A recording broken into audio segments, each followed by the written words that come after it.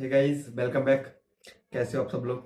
I hope सब अच्छे होंगे, सब अच्छा कर रहे होंगे और सब अपने पोर्टफोलियो का ध्यान रख रहे होंगे। ठीक है, चलो तो आज बात करते हैं हाउसिंग फाइनेंस की दूसरी कंपनी के बारे में। पहले ही मैंने कवर कर चुका हूँ मैं इंडिया सेल्टर्स।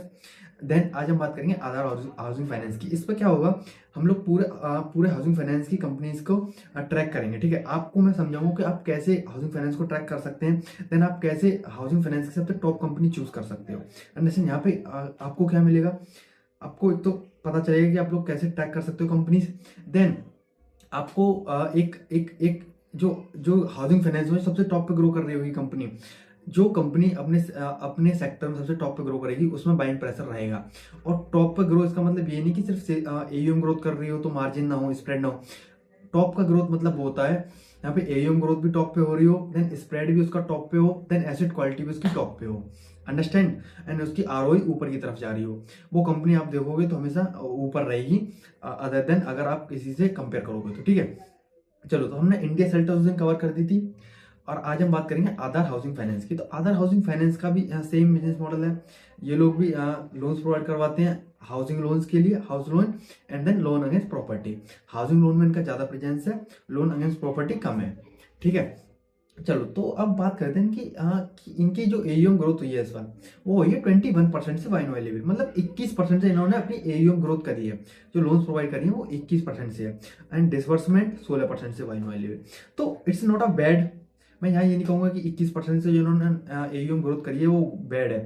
ठीक है, बहुत अच्छी बात है, एयूएम 21% से ग्रो करी है उन्होंने। ठीक है, देन अब यहाँ पे आप बात करोगे इनका स्प्रेड कितना है। इनका स्प्रेड, जो स्प्रेड मैंने आपको उस दिन बताया था मार्जिन बीच का, क्योंकि इनका जो कॉस्ट ऑफ बोरोइंग्स होता है, देन इनका जो यील्ड लेते हैं ये लोग, जो प्रोवाइड करते हैं लोन्स, उसके बीच में जो मार्जिन बनता है उसे बोलते हैं स्प्रेड। ठीक है, तो इनका जो स्प्रेड है अभी का वो है 5.9। इनकी गाइडेंस भी इतनी है 5.88 की, 5.9 की स्प्रेड की। ठीक है, तो अगर आप कंपेयर करोगे इंडिया सेल्टर से तो वो बोलते हैं कि हम 6 से ऊपर ही रखेंगे अपना स्प्रेड। देन इनकी गाइडेंस भी ये 5.8, 5.9 एंड देन कर भी लोग इतना ही रहे हैं। उनकी सेल्स ग्रोथ होती है 31% से। उन लोगों ने यही बोला कि 30 से 35% अपनी एयूएम ग्रोथ करेंगे। इनकी इनकी गाइडेंस है एयूएम ग्रोथ की, इनकी गाइडेंस है 20% की। ठीक है, 20 से 21% की एयूएम ग्रोथ गाइडेंस करेंगे। मतलब आगे भी ये लोग यही बोल रहे हैं कि हम भी आगे भी ऐसे ही करेंगे अपनी एयूएम गाइडेंस, एयूएम ग्रोथ। तो 20-21% से कर रहे हैं। वहीं आगे सामने तुम्हारे जो आपका कॉम्पिटिटर है, इनसे कम मार्केट कैप पे बैठा है, वो लोग 30 से 35% अपनी एयूएम ग्रोथ कर रहे हैं। तो आप एक चीज समझो, आप कंपेयर करोगे तो हर चीज में इंडिया सेल्टर इससे जीत रहा था हाउसिंग फाइनेंस से। अगर आप एसेट क्वालिटी की भी देखोगे तो इनका जीएनपी है 142 है, देन उसका जीएनपी भी कम है इनसे, एंड देन इनका एनएनपी भी 1% है। देन उनका एनएनपी भी अगर आप कंपेरिजन करो तो उनका थोड़ा सा कम ही बैठेगा इनसे। तो एसेट क्वालिटी में इसकी में भी कोई ज्यादा फर्क नहीं है, या फिर है, ये नहीं है कि ज्यादा बेकार हो रही हो।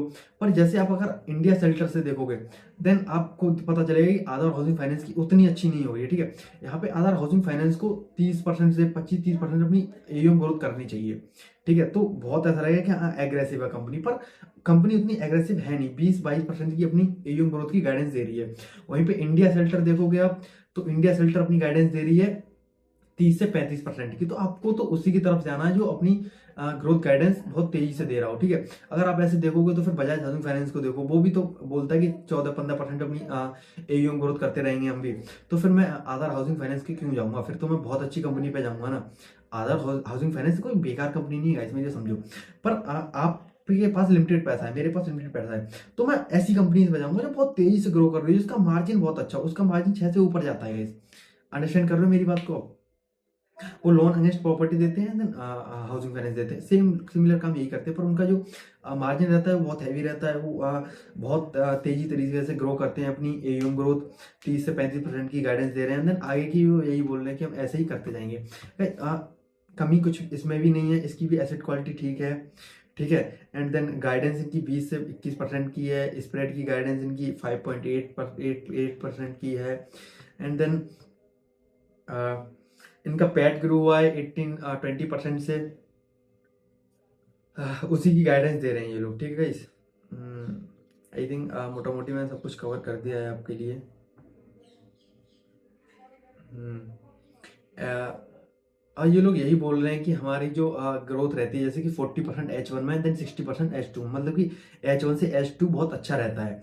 तो आगे देखते हैं इनकी गाइडेंस, तो 22% से इनकी सेल्स AUM ग्रोथ होगी आगे भी। तो अगर 20 से 22% से आगे भी ये ग्रोथ करेंगे, वहाँ पे इंडिया शेल्टर 30 से 35 की गाइडेंस दे रहा है। तो गाइस अंडरस्टैंड करो, मार्केट उसे चूज करेगा। ओके, मैं यहाँ पे कोई रिकमेंडेशन नहीं दे रहा हूँ, आपको कैसे सोचना है। ऐसे ही मैं सारी कंपनीज के बारे में बताऊंगा, ठीक है। अगर यहाँ पे आके और कंपनी कोई और अच्छी तरह से गाइडेंस देती है और अच्छी तरह से ग्रो कर रही है खुद को, मार्जिन भी अच्छी तरह से रख रही है, देन एसेट क्वालिटी को मेंटेन कर रही है बहुत अच्छी तरीके से, और बोल रही है कि हम ज्यादा रिस्क लेंगे, पैसा ज्यादा लेंगे, पैसा ज्यादा बांटेंगे, पैसा ज्यादा बनाएंगे, तो मैं उसके साथ जाऊंगा। अंडरस्टैंड कर रहे हो आपको, मैं यहाँ पे आपको थिंकिंग दे रहा हूँ, मैं आपको समझा रहा हूँ कि आपको कैसे सोचना है स्टॉक मार्केट में। तो आई थिंक मैंने सब कुछ कवर कर दिया है आपके लिए। ओके गाइस, यहाँ पे कोई रिकमेंडेशन नहीं है, आपको ऐसे सोचना है, ठीक है। और आपको कोई भी क्वेरी हो, आपको कुछ भी हो, तो आप कमेंट में पूछ सकते हो, मैं आपको बता दूंगा, आपको कमेंट में रिप्लाई कर दूंगा, ठीक है। ओके ओके गाइस, ठीक है। आई थिंक मैंने ओवरऑल सब कुछ कवर कर दिया। एक और कंक्लूजन कर लेते हैं। इनकी अभी की AUM ग्रोथ हुई है 21% से YoY लेवल। इनकी डिसबर्समेंट ग्रोथ हुई है 16% से YoY लेवल। इनकी ग्रोथ गाइडेंस है 20% 21% की YoY लेवल। तो 20% से ग्रो कर रहे हैं, 20% की गाइडेंस दे रहे हैं। देन अगर इनका कॉम्पिटिटर देखोगे तो वो 30-35% से अपनी AUM ग्रोथ कर रहा है, तो वहाँ पे अच्छा मार बनेगा। उनका एसेट क्वालिटी बढ़िया है, उनका स्प्रेड भी बढ़िया है, उनका मार्जिन भी बढ़िया है। तो फिर वाई अंडरस्टैंड कर रहे हो आप मेरी बात को। और ये लोग यही बोल रहे हैं कि अब पीछे जो अब बहुत अच्छा होने वाला है इस सेक्टर में, आगे जाके बहुत ग्रोथ आएगी।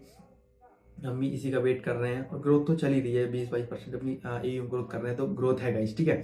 तो चलो, ओके गाइस, आपको ऐसे ही सोचना है। मैं इसके बाद अभी आपको बता देता हूँ, मैं एप्टस पे वीडियोस बनाऊंगा, देन होम फर्स्ट पे भी वीडियोस बनाऊंगा, देन बजाज हाउसिंग फाइनेंस पे भी वीडियो बनाऊंगा, देन सबके कंपेरिजन करेंगे, देन सबसे टॉप पे जो नाम होगा वो आपको मैं बताऊंगा, ठीक है गाइस।